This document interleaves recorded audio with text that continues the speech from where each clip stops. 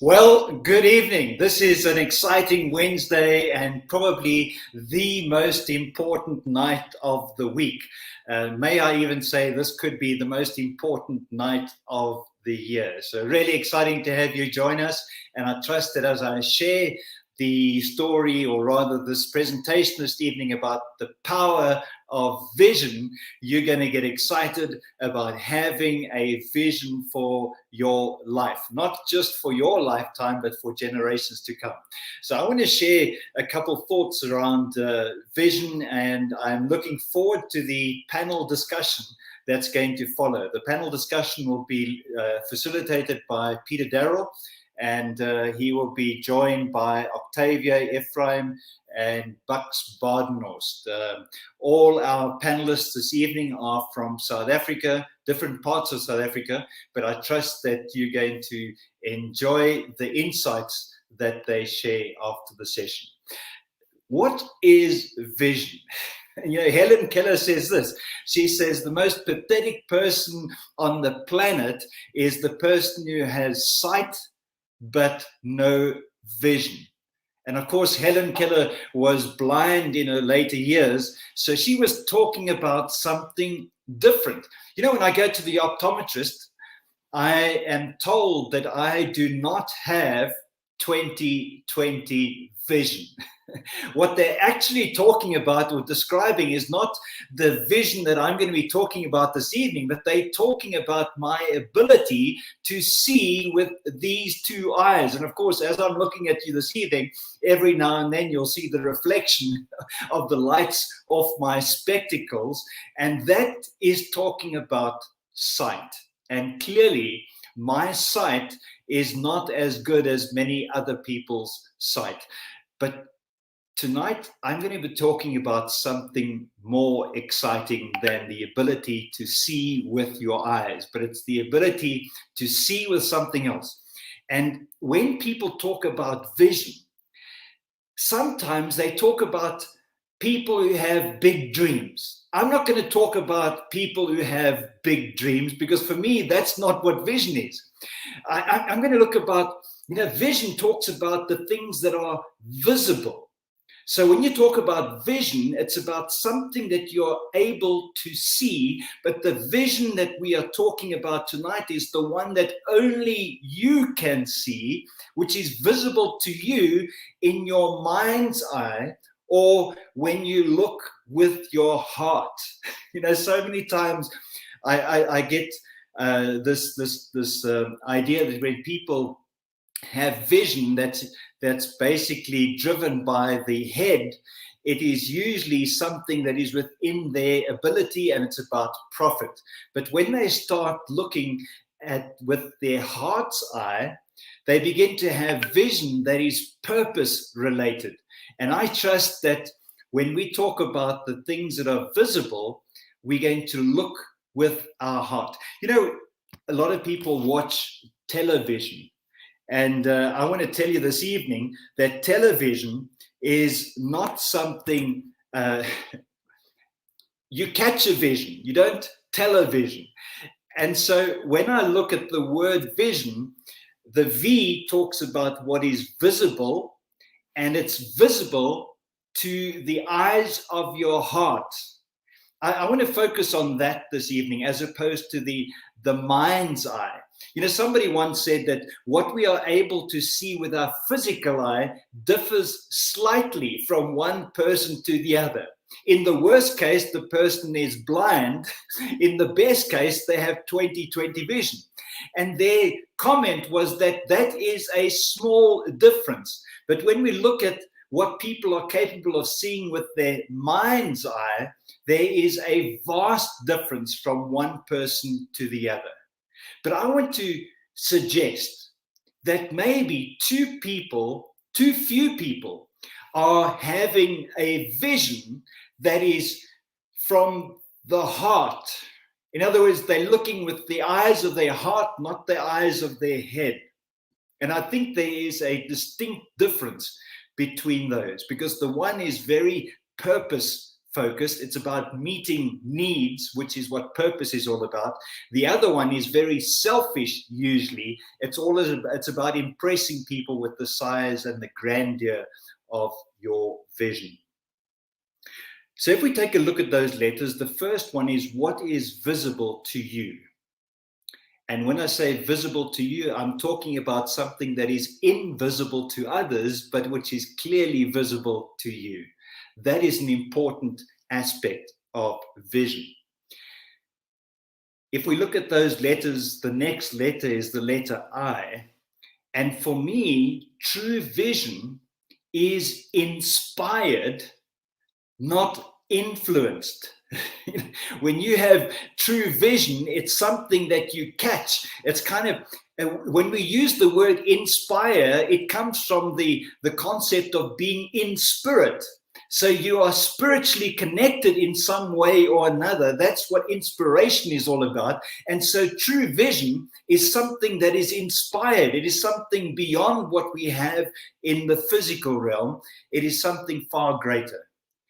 And I say true vision is inspired and not influenced because so many people have visions that are being influenced. And today, we're not just talking about the influence of the television. We're talking about the influence of all the digital media that we are faced with. So many people are being influenced and their visions are being governed by the input that they are receiving. I think true vision is inspired. And to have inspired vision means that we need to take some time out and be quiet, get away from all the busyness of life. Inspiration is drawn very often in those quiet, still places, in the mountains, on the beach, away from the busyness of life. So vision is inspired. Another thing about vision is, for me, true vision is about sowing and not selling. So many people have vision, but their vision is driven by how much money can I make? Their vision is driven by competition. Their vision is all about, is my product better than the next person? But true vision is something that I think that relates to sowing a seed that ultimately grows beyond what anybody can imagine. So your vision should have an element of sowing attached to it.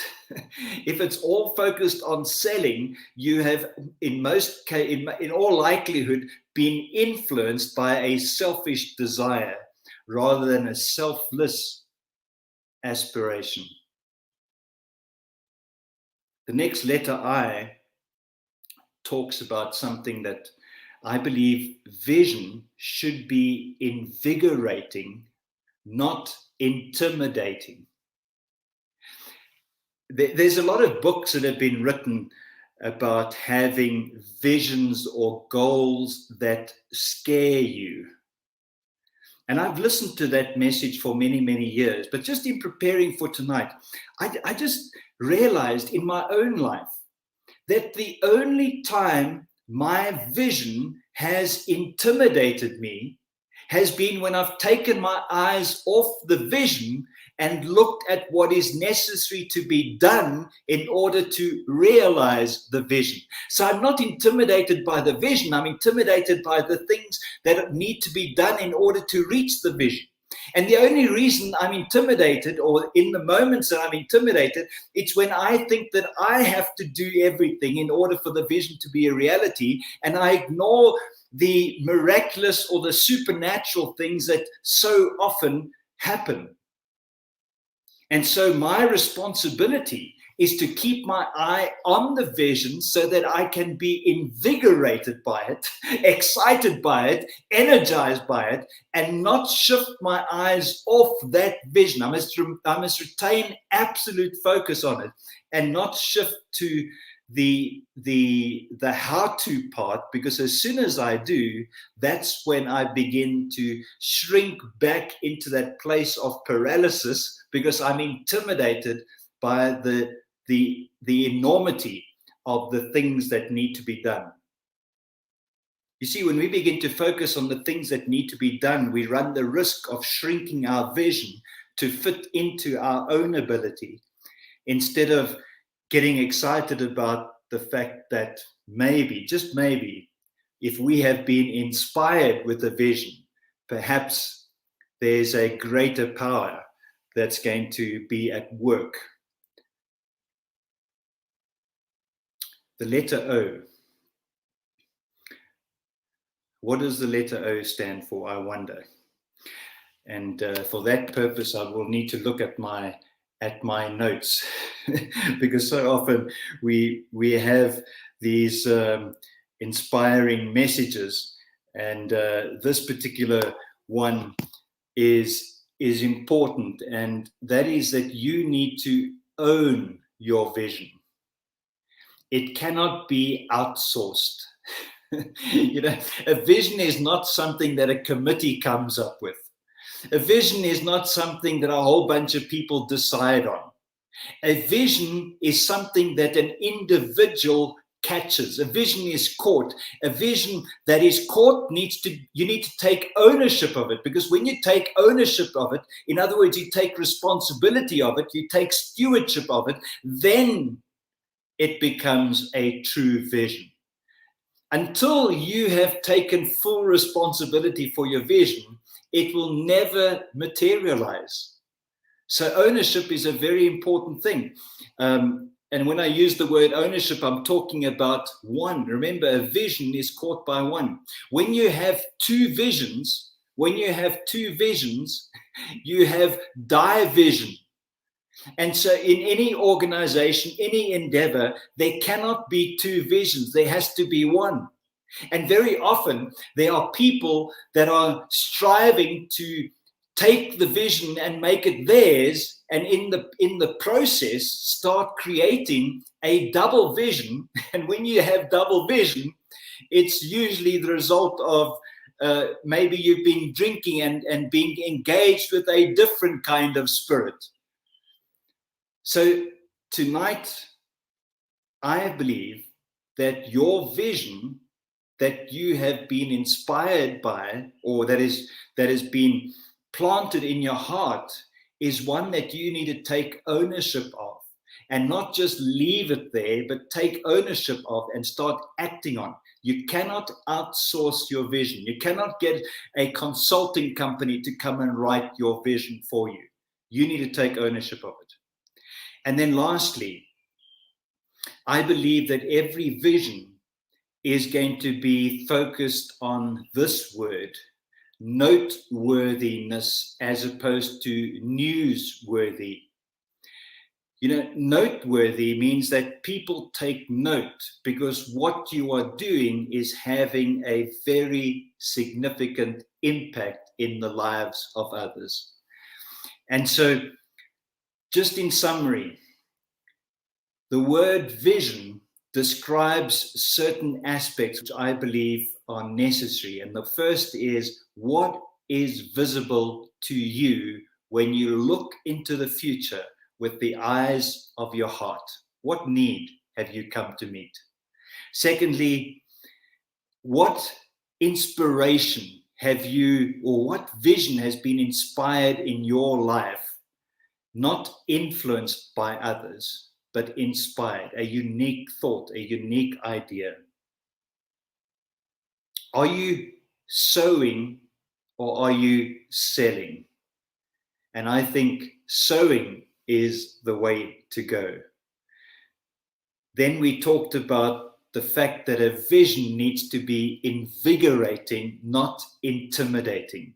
You need to take ownership, not outsource. And if you do those things, your vision will be noteworthy and possibly, when I say newsworthy, usually it's the negative news that gets into the media domain. But ultimately, if you're doing something that is noteworthy, it will also be reported upon. It's been wonderful sharing with you this evening. I look forward to hearing what the panel has to share with us tonight. We'll see you next week, Wednesday. Remember, this is just like the sunrise. Every Wednesday we meet, and we look forward to seeing you then.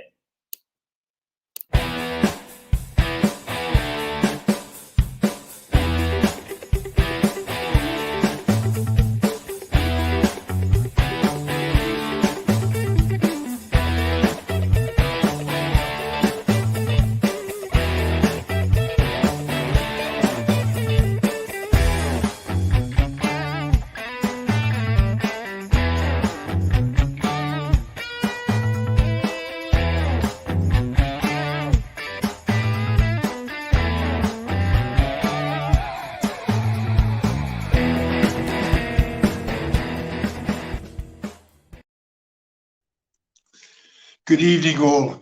Glenn, thank you for an inspiring message there. And as I was listening to this, I was just thinking, can anybody remember what they got as a Christmas present in Christmas 1999? I, for Christmas 1999, got what was to become the first version of Map for Life. It was simply called Journal 2000, and the subheading was my history in the making. And this was the forerunner of Map for Life. And I was just looking at the mission that Glenn set out way back in 1999, and that was to equip people to pursue their purpose with passion and perseverance for life. That was a mighty vision. And it's incredible how we've seen that vision grow and develop. I'm so thrilled with the team that I've got tonight around here to talk about it. We've got Octavia in Pretoria. I'm sitting in Johannesburg. And then way down by the seaside in the Eastern Cape, we've got Bucks. And I know that both Bucks and Octavia have got great visions. And I'd just like to just hear their thoughts on their vision and how they've got involved. Bucks, over to you. Yeah. That's a huge subject to discuss. Is my vision, and I always use the excuse that I cannot. People say you need to think in pictures. Now I lost that ability somewhere along the line to think in pictures, but I think it's important if you wanna get to your vision and see your vision, you must be able to look and think in pictures, and so you got to see the picture, and I often find it very difficult to describe my vision to people because it's not their vision, so they don't see my picture. So living out my vision and talking about my vision, and describe it in a way that other people can possibly see it. It's, for me, I find it really, really difficult, and it becomes difficult, especially when I work with businesses, because the business can only have one vision, but you sit with a team that talk about the why or the vision of the business, and Glenn just said that, and when he said that, then I realized why the people battle, because there's a team of people that want to see the same vision. They don't see the same vision, and they cannot have one vision unless the vision is driven by or received by somebody, and he sowed it, and the other people bought into it. But you cannot.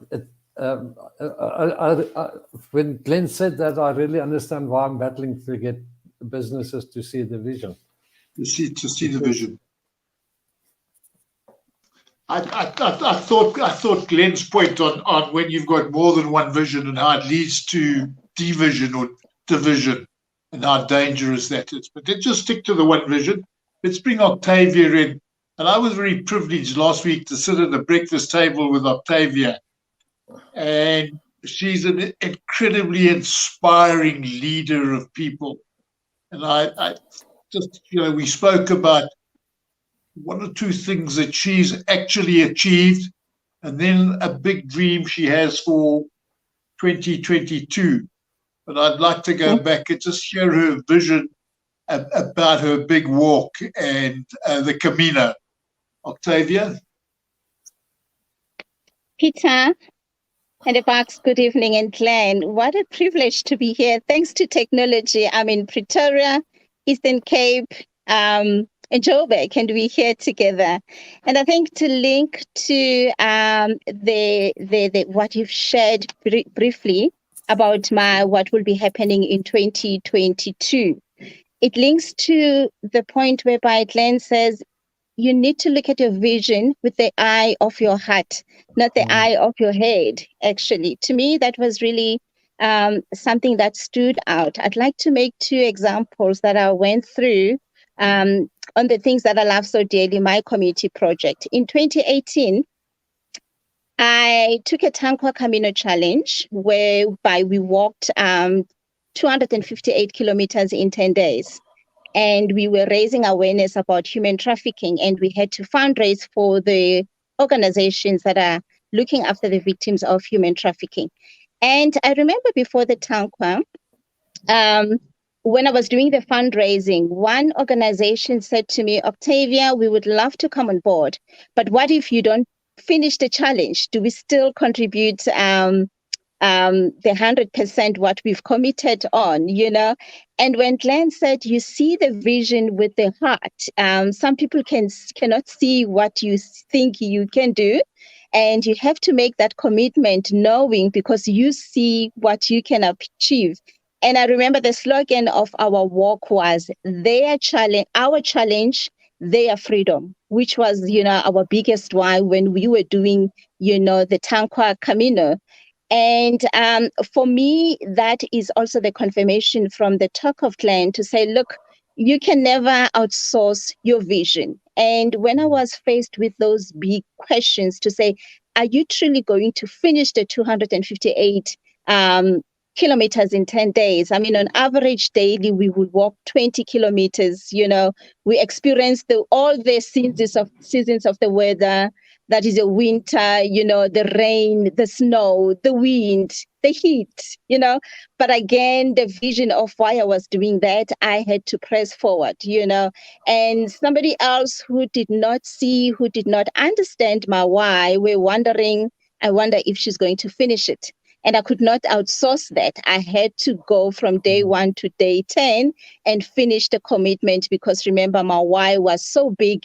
Like Glenn said, when you sow the seed, it has to be inspiring, and also, you're sowing the seed. You are not selling, the inspiration part of it is, yes, you're not going to get the reward now, but while you're doing it, it is a blessing to you, of course, but more than anything else, it's a blessing to others. And to me, those are some of the examples of the vision that can be seen by you, not by others, So I think I can end here for now. Here's an opportunity to promote your vision for 2022. Just tell us a little bit about what you're aiming for 2022 and creating an awareness about human trafficking. Fantastic. And I think also it's so beautiful that it links to the message of Glenn, today's message to say you're sowing the seed. I mean, the biggest organizations that contributed to launch my Tankwa Camino, when I thought it was just going to be a once-off, relationship with them, it has extended to be an annual commitment that I have with them. And next year, Freedom Challenge Africa, it's actually celebrating 10 years. And in celebrating the 10th anniversary, we will be climbing the Mount Kilimanjaro. Again, when I was invited on board, I was so excited to say, oh my goodness, yes, I'd love to be part of this success. what are we doing? We're doing this to fight the push and the pull factors of human trafficking. But again, with the technology, I went to YouTube to check and, to look at the previous testimonies for those that have climbed the Mount Kilimanjaro. And the reality kicked in. I was like, Octavia, what did you get yourself into? Again, Glenn, looking at the vision with the eye of your heart, the reality kicks in again, understanding that what I'm doing, yes, it's bigger than me. However, who is actually the captain of my journey of all the community projects that I'm doing? It's truly not about Octavia, but I'm just a vessel that I have an honor to co-labor with God to do that. That's just phenomenal. Octavia, that was really fantastic. Thank you for sharing that. Just as Glenn spoke about a vision, but you've been able to really take that and give the audience a very clear example of what a vision is all about. Bucks, have you got anything to add to what Octavia has had to say? Can you talk of a similar experience? I can say why I battled to get my vision going, my real vision going, because and this came out in the talk tonight, is I need to see my vision from my heart, and not trying to sell my vision to whoever.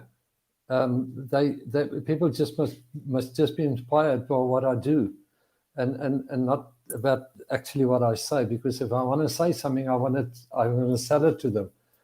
So I've learned a lot tonight in this short session of Glenn is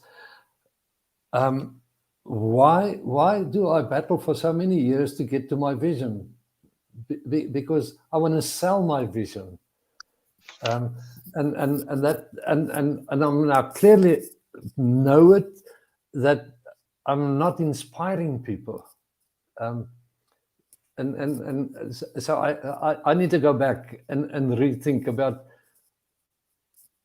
how do I deal with it, because my vision is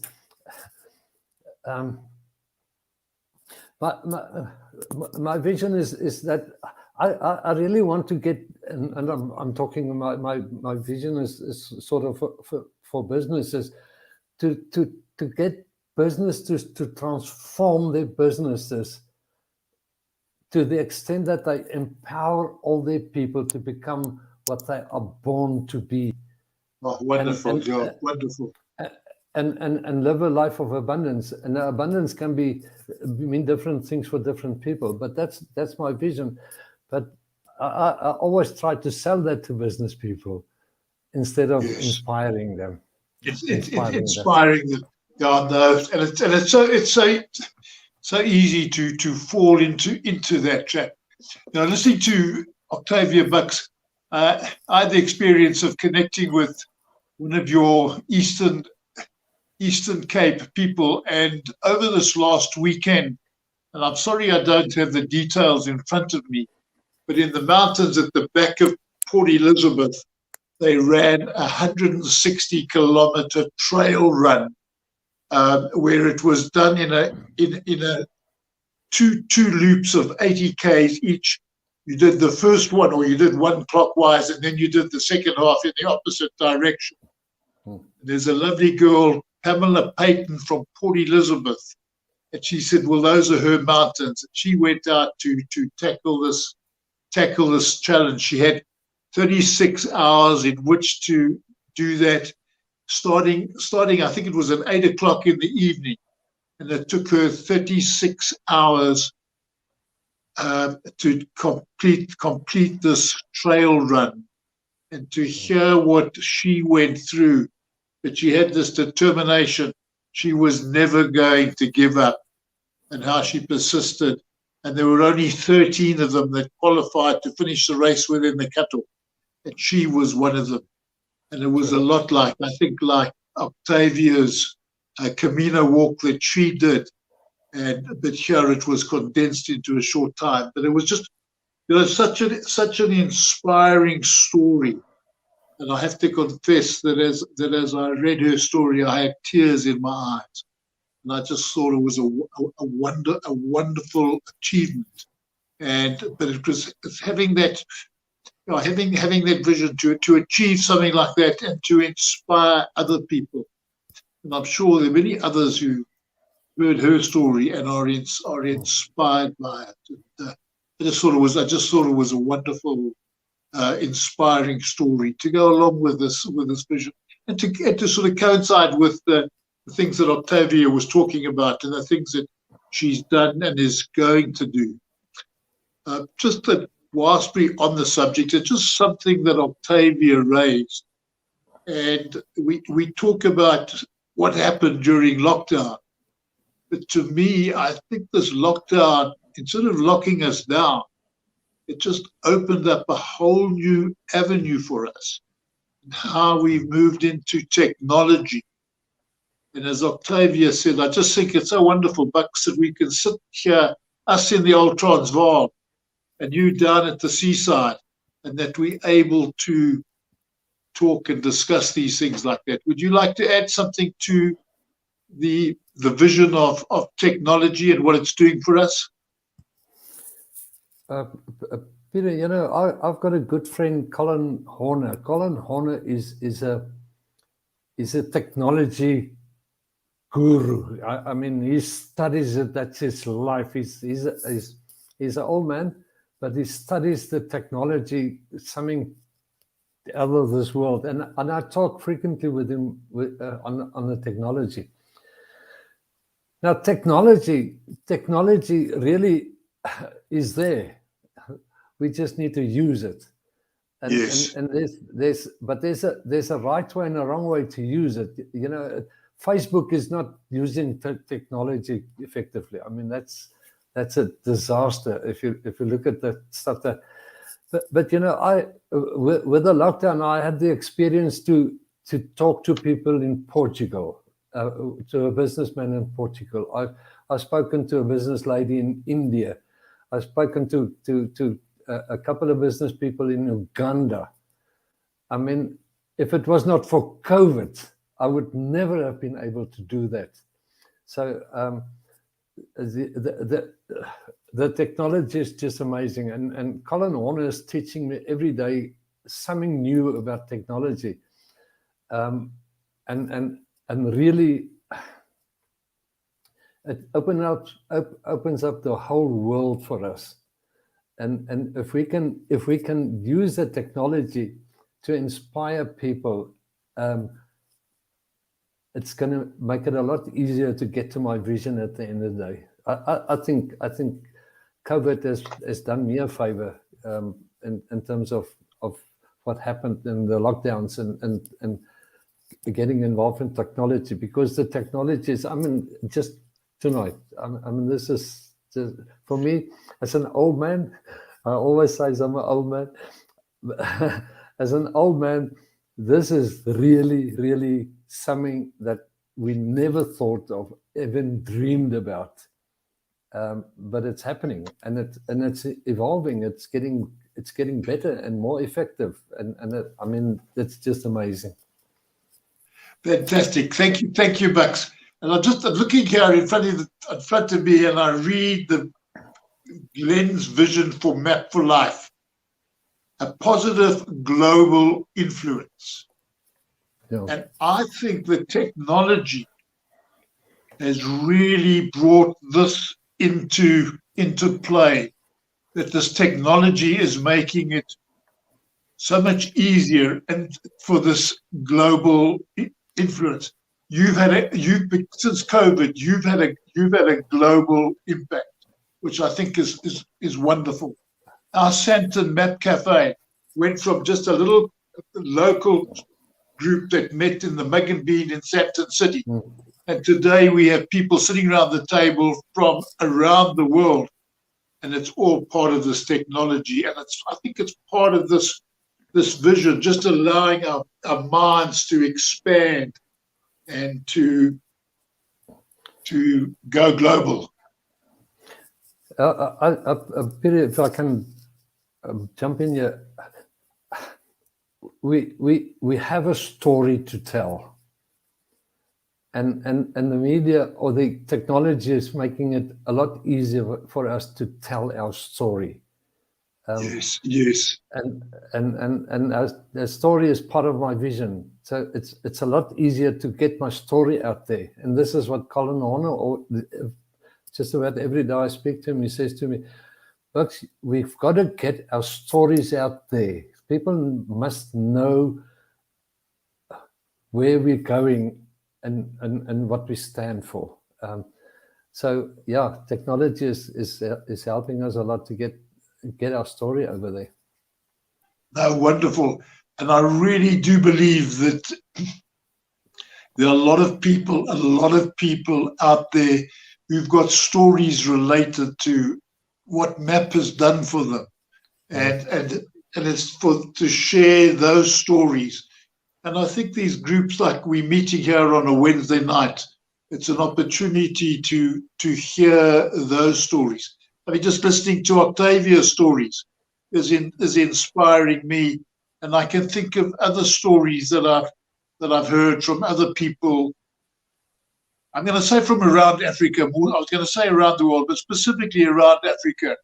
And I think of our Academy winner, Oscar winner from up north, who started on her way when her mother gave her a map for life, and what that's done for her.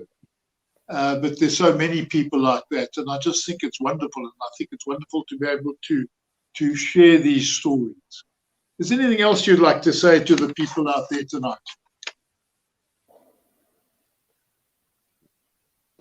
I think from my side, Peter, just to add on the vision, one of my gems that I've collected is Glenn mentioned that your vision has to be significant and a blessing to you and the generation to come. I mean, I'll make an example. The Freedom Challenge Africa, the founder passed on, but the legacy, it keeps on going on. You know, we're all excited to come on board. We haven't met the founder, but the why she's doing all these hike challenges, Mount Kilimanjaro's, Tankwa Camino, we all want to be part of it, meaning the inspiration that Glenn is talking about. It's not an influence thing, you know. It's a seed that was planted 10 years ago. I mean, here we are. And in my promotion for all these challenges, I had so many people that calling me, wanting to come on board to be part of it, you know.